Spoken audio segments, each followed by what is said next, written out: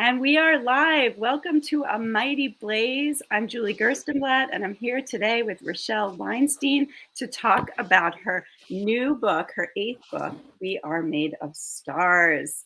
Yay. I'm going to start with a little bio about Rochelle, and then I'm going to ask the questions. And welcome to all our viewers. If you have questions, put them in the chat, and we will talk about them towards the end of the show. Okay, so Rochelle Weinstein is the USA Today and Amazon bestselling author of What You Do to Me, When We Let Go, This Is Not How It Ends, Somebody's Daughter, Where We Fall, The Morning After, and What We Leave Behind.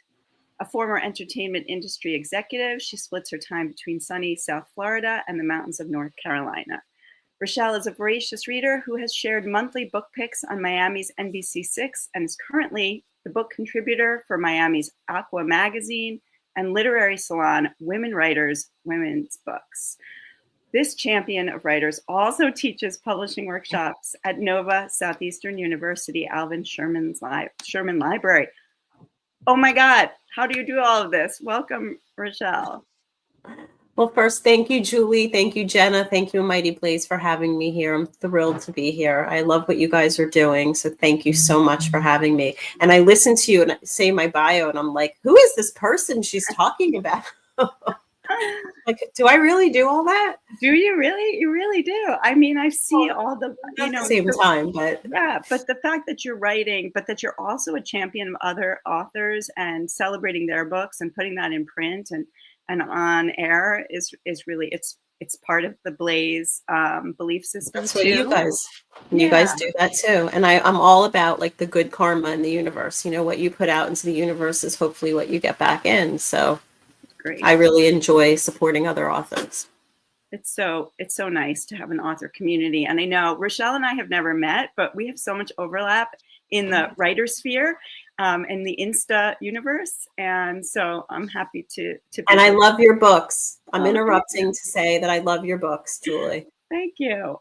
So this is Rochelle's 8th novel, We Are Made of Stars. It came out in February, and she says she's already plotting books 9 and 10. So at the end, we will ask about those. But first, can you just tell us a little bit about this book? Okay, so my short little spiel is We Are Made of Stars is 7 days in summer, 8 lives forever changed. Think White Lotus meets Virgin River, but set at a cozy mountain inn. That's the short of it. Got it. I love that. And I did feel like, I know also when you say set at a cozy mountain inn, I love that in your author note, you say that the setting is based on one of your, or maybe your favorite vacation spot at the inn at Little Pond Farm.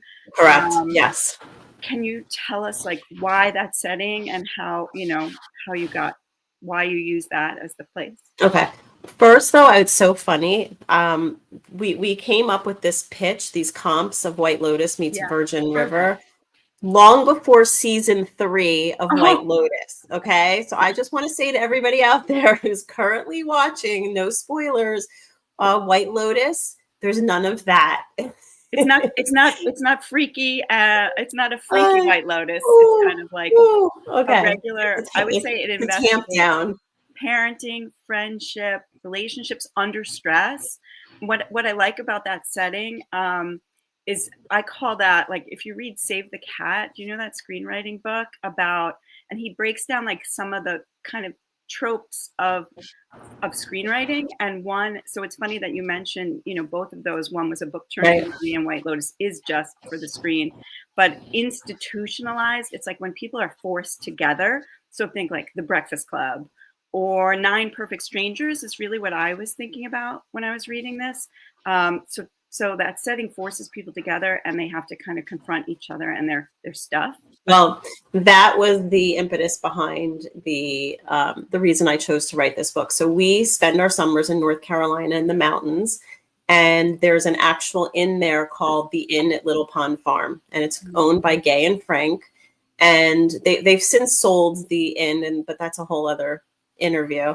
But so they have this beautiful cozy inn, and certain nights of the week, they would offer these private gourmet chef dinners that you can sign up for. And it's like a 5-course meal, and you're in this gorgeous, intimate kitchen with a communal table, and chef is cooking in front of you.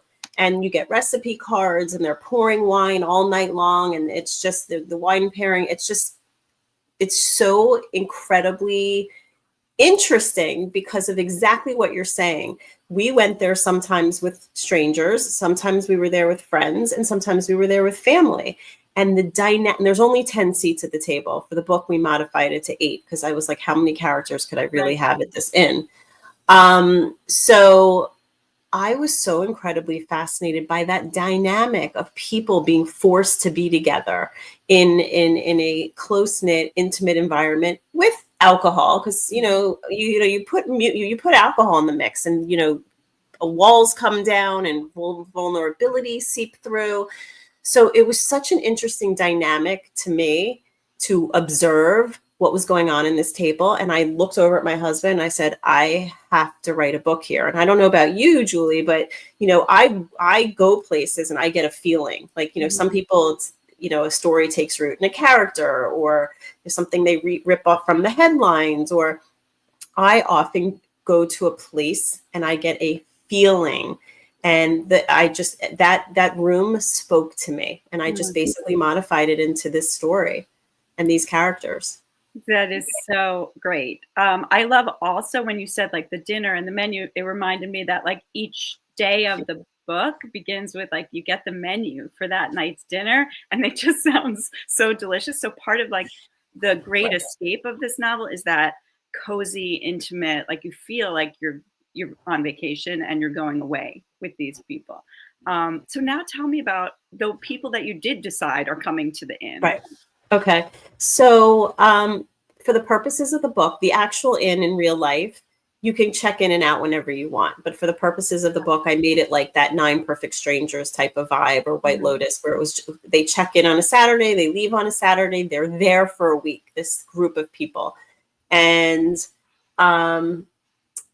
I had 2 couples that were best friends from college who were both going through some marital issues. One is the perceived, perfect couple that we know doesn't exist. And the other one has a big announcement. They're coming to the inn to let their best friends know, what their big announcement is. And there was some drama the year before that we won't give away any spoilers, but that comes to a head at the table. These 4 best friends from college, 2 couples.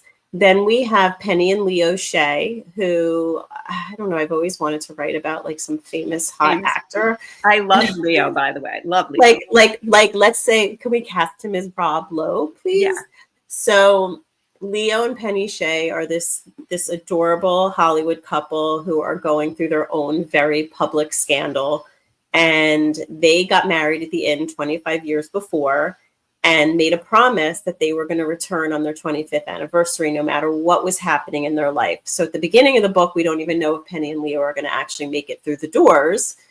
And then we watch as we uncover, what's happened between them, the very big scandal in their marriage, and if it's something that can be rectified. And then we have Cassidy and Rosalie Banks, who Rosalie Banks was my favorite character to write. She's a 15-year-old, which is, unusual at the inn because it's typically like older couples. But she and her mom do a summer trip every summer. They are complete opposites. They're oil and water they're always at odds with one another. And Rosalie has chosen the inn because of the description of this, like white puffy cloud of peacefulness. And she just wanted some peace in her life because her mom is a little bit neurotic and and overbearing. So she also has this big announcement that she wants to make to her mother. And she's chosen this setting to, provide a little bit of security and comfort. So all of these, at the same time, you have my Gay and Frank characters, the actual owners of the inn. Right. They're Renee and John Paul and their niece Simone. They run things at the inn. He does the cooking and she does all the behind the scenes. And they are at a crossroads because they're under some financial scrutiny and they may risk losing the inn. So all of these characters are thread together in some wild planetary way. And hi, Sam. So it was a nightmare to write, which I'm sure we're going to get into. Yes. But it was also a lot of fun to weave these stories together.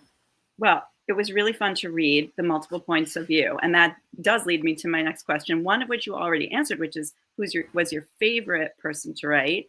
And you said Rosalie. So maybe you can tell us a little bit more about that, and like who was like the hardest one to write, and what are the joys and pains of the multiple points of view?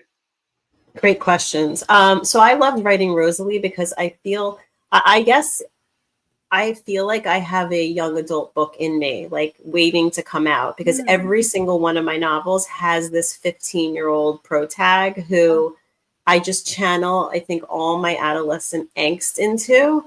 So I've had people say to me, and anyone who knows me knows I'm the most self-deprecating, like non-complimentary of myself. Like, so I'm going to actually give myself a tiny little compliment.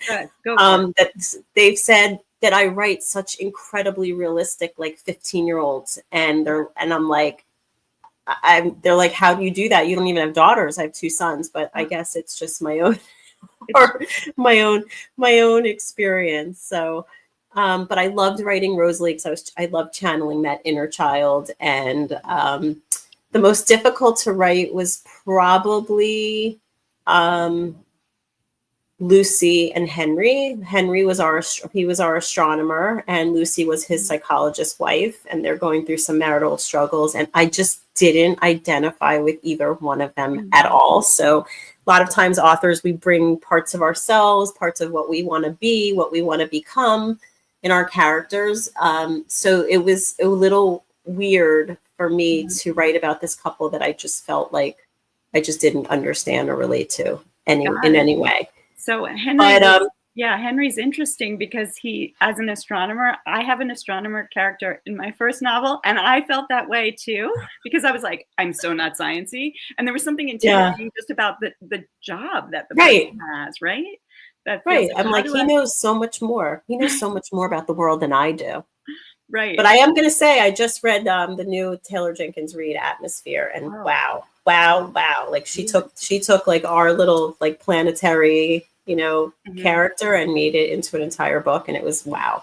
Oh, amazing. Oh, good. I love her, and Carrie Soto, all of it.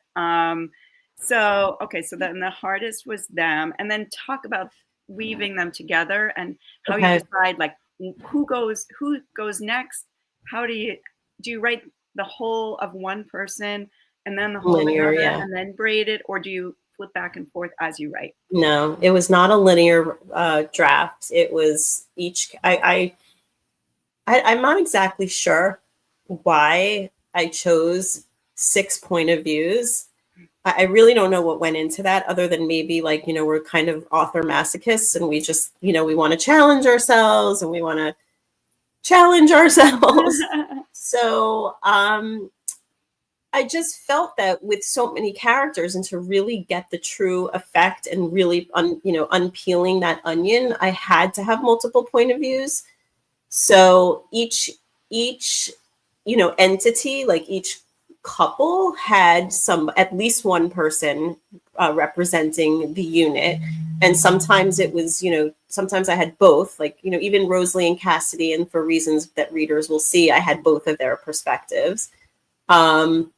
So I wrote straight through, alternating each character's point of view. There were 7 days a week. The first, the first part would have the recipe, the menu for that night with the wine pairing, and then I would go into the multiple point of views. I wrote it straight through. I had a storyboard, which was living across my living room floor of poster boards. Okay, it was red, and I don't know why I didn't pick white poster board. I had red to like share online, or people could see it. I do have a picture of it. How do I No, you send? don't have to show us now. I just mean like it would be Oh, a yeah. cool thing to see. Oh, yeah. I have it. I have Yeah. a picture of it. Okay.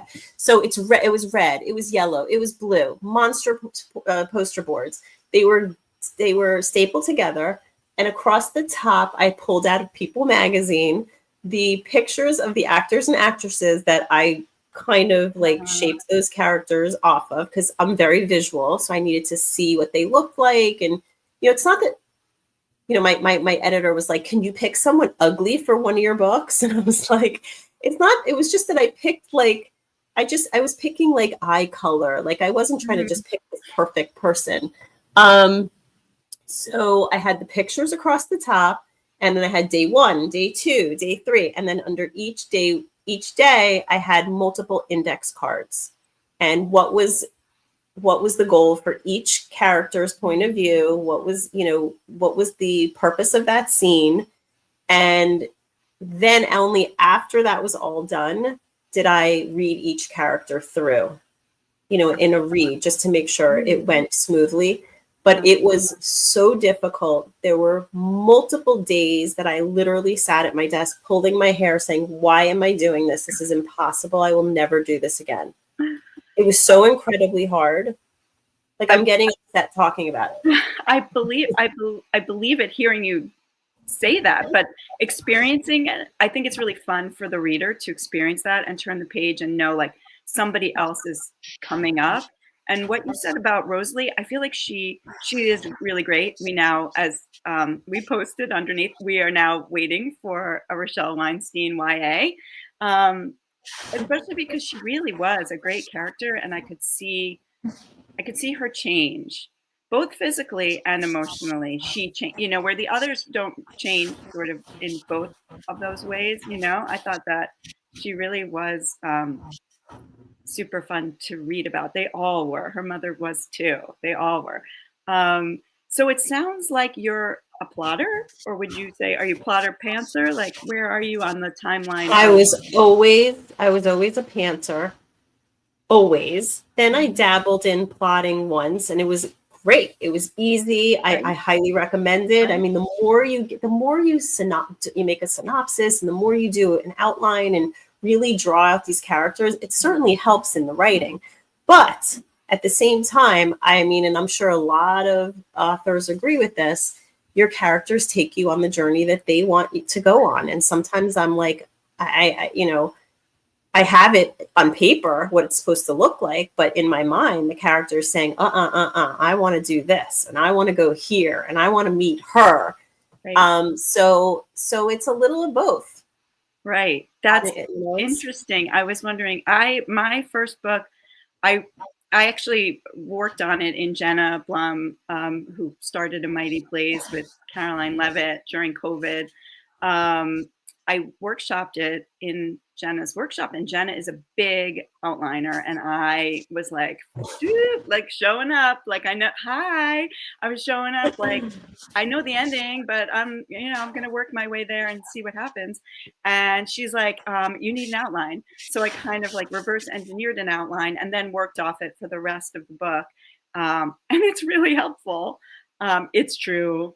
I'm curious though. I mean, Jenna's going to answer us in probably in a banner. Yeah. But when you outline like that, Jenna, your characters never take you places and surprise you. Like, do you ever deviate? Let's see if she answers. She's going to answer, and she's going to tell you that you need it, but you also let yourself respond. Have that freedom, the creative freedom. But it does feel like 11. She's really into the outline. So she hits every box. Like she hits every like any like curve in the road with her character. She's already got it nailed. We won't make you come on and tell us, but you can just we're dangling little carrots. So right. She's backstage like going with her outlines. But it really did teach me something about writing, because I thought an outline wouldn't make the writing process fun. That it would take away all the fun surprises of the characters talking to you and going here and there. But I found the opposite. And so the second book, I sold on 100 pages and an outline of the rest. So I had to have that outline, because it was like, otherwise you're not going to get a deal. it was really fun to craft that and then kind of not use it as I drafted and refer back to it only when I needed so the characters could be free. So it sounds like they're similar. Yeah. Okay, who is the first person to read your work? And do you have a I have this writing workshop with Jenna. Do you have a workshop or a fave reader? I don't have a workshop. I probably should. I have accountability partners that we have a Google spreadsheet that we try to get our quota for the day or the week. We push each other. It's, call it what it is. We compete. When I see that my accountability partner's done like 1,000 words extra, it motivates me to get going. So it's a motivator. It's funny. My early readers have changed in 8 books. So now I'm laughing because Sam's in this group, but Sam now is probably one of my first readers. And let me tell you something about Sam, and she's going to kill me if she's still here, but she is a phenomenal first reader. Like, she gets story and plot and pacing, and she just, when we're bogged down in the trees and we just can't see, she is so freaking good at the editing. Oh, there she is. She's so good at it. Now her inbox is going to be full and she's going to have a new career, but book Dr. Sam Woodruff here too. Yeah, so I have a friend that nobody knows, but his name is Andy Oken, and he's a family friend, and he's one of my first reads also. And it's interesting because my books are typically women's fiction, which is a whole other podcast that we should talk about renaming it. But I love getting the male perspective, and it's a whole different perspective from what I'm used to. Yeah. Okay, can we just also say we're going to shout out Sam because she's here and she's part of this discussion, and tell everybody to read The Lobotomist's Wife as well as her new book, The Trade-Off. Incredible fiction, strong female characters, and a little bit of, psychological stuff too. I love all that. She, as good as she edits, obviously, she's as good a writer. Yeah. And it's really, I like the idea of the accountability partner because it's as much about story and inspiration as it is about like the butt in the chair doing the work. Yeah. And it's sort of like training for a marathon or going to the gym. Like, you want more reps. You need to get better at it. You need to work that muscle. And so, people who go on runs with somebody else, it's kind of like that in the writing world, I think. And there's Sam's website. But this is just the beautiful thing about being in the author world and the author community, how we support each other. And you have authors that are doing, podcasts about their book or their stuff. And we always want to shout out to the people around us because we couldn't do it without the author village. Totally. I mean, writing is, you do much of the work in isolation. I just finished my second manuscript, and I spent at least a month or 2 in my pajamas. And then when I left the house for an event, my husband's like, if you're talking to writers, you really want to show them what you're really like. I think you should wear your robe. And so love it. Other people who get that and do that, and then will show up for you, that day you're dressed up, but also all the other times too, is huge. Aw, love you, Sam. Okay, so can you tell us about the title? I love the title. I think it's a good opportunity to show the cover again. Beautiful. There's the cover. It wasn't it's funny. I have 8 books, and only 2 of my books have they changed the title, and that was this one and Where We Fall. This one was called The Inn. Oh yeah. And in hindsight, it's kind of catchy and whatnot, and a little bit more, less of the emotional women's fiction type of genre. I think it sounded a little bit more commercial, but the problem is it was just way too broad, The Inn. Yeah. So I knew that Henry was going to be this astronomer. And as I was researching, the planets and the stars and stuff that I'd never had any interest in. One of those, when he talks about how we're all made of stars. And as I was writing the story, I saw how the table to me was this metaphor for the table was the sun, and the characters and the guests around the table were these planets that revolved and they collided. So it was just such an incredible like synergy, to have, we are made of stars, and all these people and how they're affected by one another and how they collide and they get to know each other and that sort of thing. Yeah, it's a perfect title, I think. I mean, I'm terrible at titles. I renamed my book. I renamed it with my agent, and then my editor renamed it again. The first one and the second one we'll see, but I do like the idea of that fact that we're all made of the same stuff, that we're made of stars is a great idea. And then I was like, is it a song title? And is like What You Do to Me a song title? Or is it just similar? Well, What You Do to Me is actually, and that was my last book, my seventh book, and I think it's up there, right there. There you go. And it was inspired by the song Hey There Delilah by the Plain White T's. So there's a line in Oh What You Do to Me, which I will not sing. But I didn't like the real story behind the song, which it's a very interesting story if anybody wants to look it up. But there's a real story behind the song, and Tom Higginson wrote it for a woman, Delilah, and they didn't end up together, and I was pissed. So I decided to reimagine that entire love story the way I wanted to see it and the way I wanted it to end. And there you have it. And we had Tom's, we had his approval, we had lyric approval, and he wrote the foreword. So it was a fun book to write. That's so cool. I had no idea about that. Yeah. Which leads me to like, where do you come up with, now I know from We Are Made of Stars where you got that idea and What You Do to Me, but like in general, and maybe this could be talking about the next one or two, where do your ideas come from and what's next? My books, the ideas come from feelings sometimes that I have. Like I have a really strong feeling about something. I observe something, again, something in the news, relationships, family dynamics, something that's happened to me, something that's happened to someone around me. I like to peel away the layers. I'm queen of the gray area. Like there's nothing black and white about me. Like whether, a lot of readers don't want to read about cheating, and I'm here to show you the gray areas of cheating that, not to get too psychological, but what contributes to it, and two people in a marriage. And I just like to show all sides. And I think that somebody's daughter was based on, a sexting scandal in a public high school, and how the parents judged.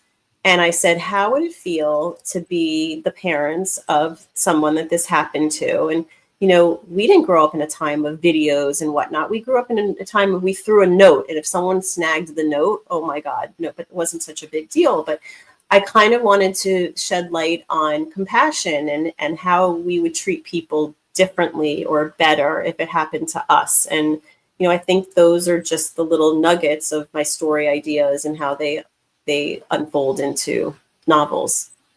How long does it take you to write a book? I would say the quickest was 6 months, and it was 6 months to a year. Okay. I'm pretty fast. Yeah, that's pretty fast. Sometimes I feel like I should slow down and maybe it would be better quality. I'm sorry, I had to say that. You read about these deprecating. Like, yes, I see. You read about these people that take like, well, it took me 5 or 6 years, and like it's this perfect, like literary, like nuanced, beautiful book. And I'm like, okay, well, maybe I should just slow down. I feel like I live somewhere between that, and also I write historical, so it takes a while to do all the research. But my first book took 2 years, and this one took 16 months or so.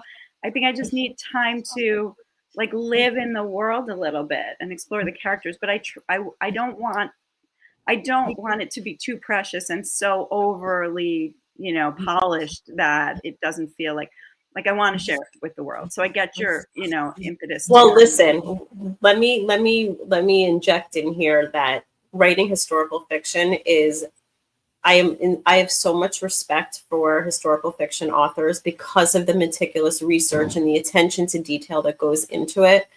if you're a historical fiction writer, you have to spend time in that world, and you want to get it right. You want to get it right. That is true. And actually, I started out writing contemporary fiction and like humorous women's fiction, and it didn't sell. And it was this idea that my second agent, I'm now on to my third agent, my second agent was like, I think you should try that historical. And I was like, oh, no, I was just kidding when I told you that idea, like, because it did seem so daunting. And but it was because it was about Nantucket. It was the only historical fiction I felt comfortable writing because I've been going there since the 70s. Right. And I love it so much. But it was a big leap, and it was scary. And now I feel that way about writing contemporary. Like, it would feel like a big leap to me, and it would feel scary to write the now. Did you know right away? I'm still laughing that you said that contemporary fiction isn't selling. That my contemporary fiction, nobody's contemporary fiction is selling. Oh, well, it wasn't like it, I mean, but it wasn't so hard. Saying historical isn't, it's kind of like you have to write what you write because it is so hard. And like, I wouldn't just write historical. I approached it with the, oh, no. And then was like, oh my God, I love this. And I'm so happy here. But, oh yeah. So Sam's trying to write contemporary. We're going to have to chat because I need like a third session on, can you go to the now after you go to the then? But yeah, I think you just have to. She's the best person. She's the best person to throw these ideas up. Yeah. So tell us about what's next. I'm assuming you're working on something else. What is it? Oh, and Jenna, that's switching from hisfic to contemporary. I'm going to have to talk to you about that too. Yeah. But, okay. It's genre jumping. We got a lot of genre jumpers. Lisa Barr, genre jump. There's Jackie Friedland, big genre jumper. What do I have next? So this idea came to me only because my editor was like, I want to read another This Is Not How It Ends, which was like this beautiful, bittersweet love story. So I just sat down and wrote the love story that I wanted to read. And it's funny. Actually, I'm lying. I'm totally lying. When I was in North Carolina, there was a wishing tree, which was in one of my novels, where basically people write on a little white card and they tie their wishes up on the leaves. And this was during COVID. And I decided that I wanted to see a wishing tree in Miami because I felt like we needed it. Like the world was just so broken and miserable. And I felt like we needed some hope and some wishes and dreams. And so I got my mall, Aventura Mall, my friends, they put together in the courtyard, there were these beautiful trees and we had a wishing tree. And one day I'm there with my husband and I'm so proud. It was like I gave birth, like it was like my child. And someone had written, I wish I never met her. And I read the line and I said, there's my next book. Like I literally got a feeling. It was, and then at the same time, my editor said to me, I want another epic love story. And this was the first time that a title came to me from a wishing tree. What's the chances? I'm saying it was the first time that a title came to me first. And then the whole story was wrapped around it. So that's my book 9. And that is with my agent right now, waiting for notes. Amazing. Yeah, we love the wishing tree. That's a crazy story. That's great. And it just sort of like, whoop, like you have to be open to the universe in life, but in writing in particular, like when you start to see signs everywhere, you know it's right. That's how I know it's right. I'm gonna be a little silly right now, but the wish that I saw 2 seconds before that wish, and I won't use the dirty word, it said, I wish I had a bigger wiener. Okay. So I'm glad that was not you being, the universe did not want you to the universe was not wanting me to write that book. No, nobody wants that book. Spit take. That's so funny. And obviously, whoever wrote that was just, being whatever. Being a jerk, but yes, different book. Totally different book. So we have time for some questions from our audience.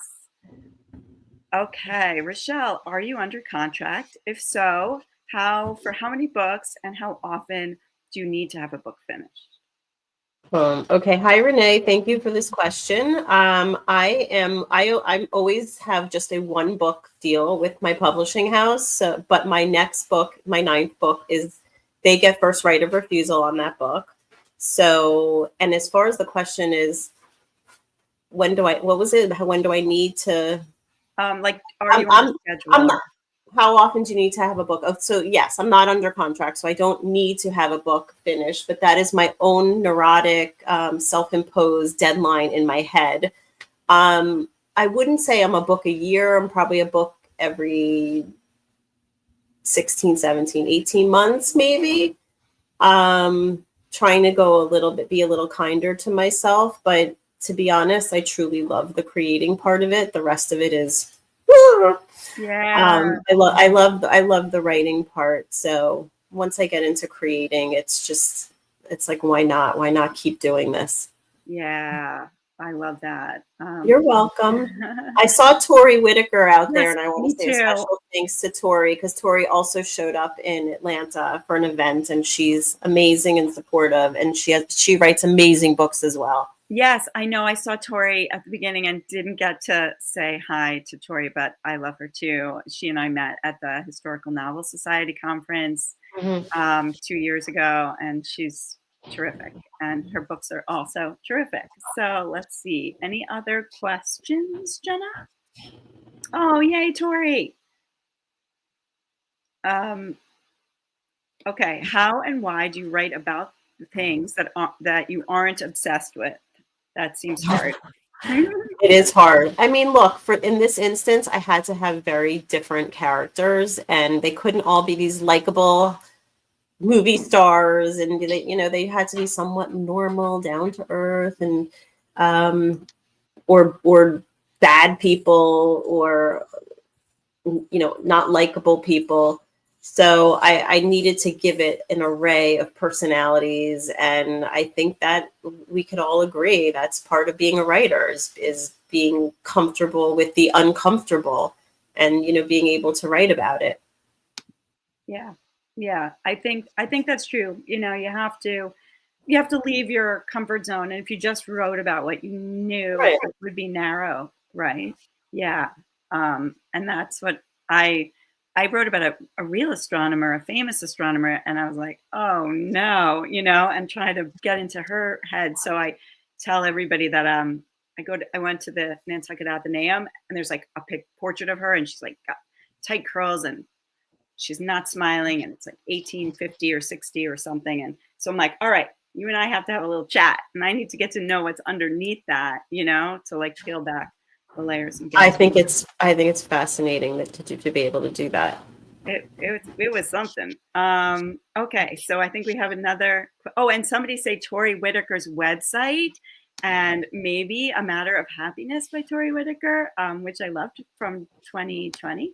Okay, sorry, jumping around. Question from Sam. Will you ever write multiple POVs again? Good question. I had that and forgot to ask it. If so, what is your Um, max? oh, I mean, I wrote six, so that was a stretch. The book I'm writing right now is two POVs, which to me that's like cake. Right. I don't know if I would ever do more than two or three. I don't know. Never say never. I Right. never thought I'd write 6 point of views. Also, it depends on what you're writing and whether that's called for. I think you need Right. that ensemble because they were all gathered at this, Correct. this place. Right. So And how could you really feel like you were there yeah, yeah, yeah. without all those people? Yeah. So it depends. Like if you have something said at a wedding or at another big gathering, you might feel like you need to do that again. I wrote from my first book is from 3 points of view, and it wasn't easy, but it was pretty clear that they each provided something different. Hmm. And then with my second book, it was actually my son and his best friend went to film school and they were over in the summer and I was talking to them and they study story. So I was talking to them about my book and I was like, but how would I do that? Like in the 2 points of view that I'm planning. And my son's best friend was like, you're going to do omniscient. And I was like, I am. And so my second book, I'm just like in a lot of people's, but it worked because it's like you're on a ship and you're with 60 people, so you should know at least 10 of them, you know, kind of. So I did do that. We'll see. We'll see. We hope that my I'm editor really excited. I'm likes that. excited. I just think that one thing that I kept in mind with these multiple point of views is, did they serve a purpose? You don't Right. want spectacle. You don't want like, oh, I'm just going to have 6 point of views because this Right. is like really cool and I'm going to challenge myself and maybe I'll be the next like 9 perfect strangers. You have to really it has to contribute something to the story and to the pacing and to, you know, the greater arc of the story. If it Yeah. doesn't, then you got to eliminate the character. Right. And so for you, there was some mystery. There were some things that were unknown, or like somebody knows something and somebody else doesn't. So it made a lot of sense for us to see that and the other people not to know. And I think that's really fun too. I like knowing more as a reader. I like being in the know with the characters and seeing them find out from other people. Exactly. That worked really well. I think we are finishing up. I don't know if we have any more questions. Oh, great. Final question. What do the real think of the book? The real Gay and Frank are so amazing. I'm still in touch with them. They moved out of North Carolina. I've invited them to several of my book events, which they wanted to be at. They really wanted to be at, but for reasons that they could not, work related. They love the book. They're friends of mine. And I actually went by the Real Inn when I was touring in North and South Carolina a few weeks ago. My husband and I stopped at the Real Inn because we brought a bunch of books and we were like, oh, we'll just leave them here and I'll meet the new owners and whatnot. And it was completely shut down. There was not a car in the driveway. So I don't know what's happening over there. I think it may be for sale. So if anyone's in the market for this charming, beautiful inn, check it out. It's called the Inn at Little Pond Farm. Yeah, but you never know. Somebody might be like, you never know. I've been looking for that. And Tori says, great discussion. Thank you so much. First time hearing Rochelle on this book. She's underwater with her own work in progress. And great. Thank you for all your well wishes, Tori. And with that, we are going to say goodbye, and we'll see you again on A Mighty Blaze, where authors and readers connect and create community. See ya. Thank you. Thank you, Jenna. Thank you, Julie. Thank you, everybody out there.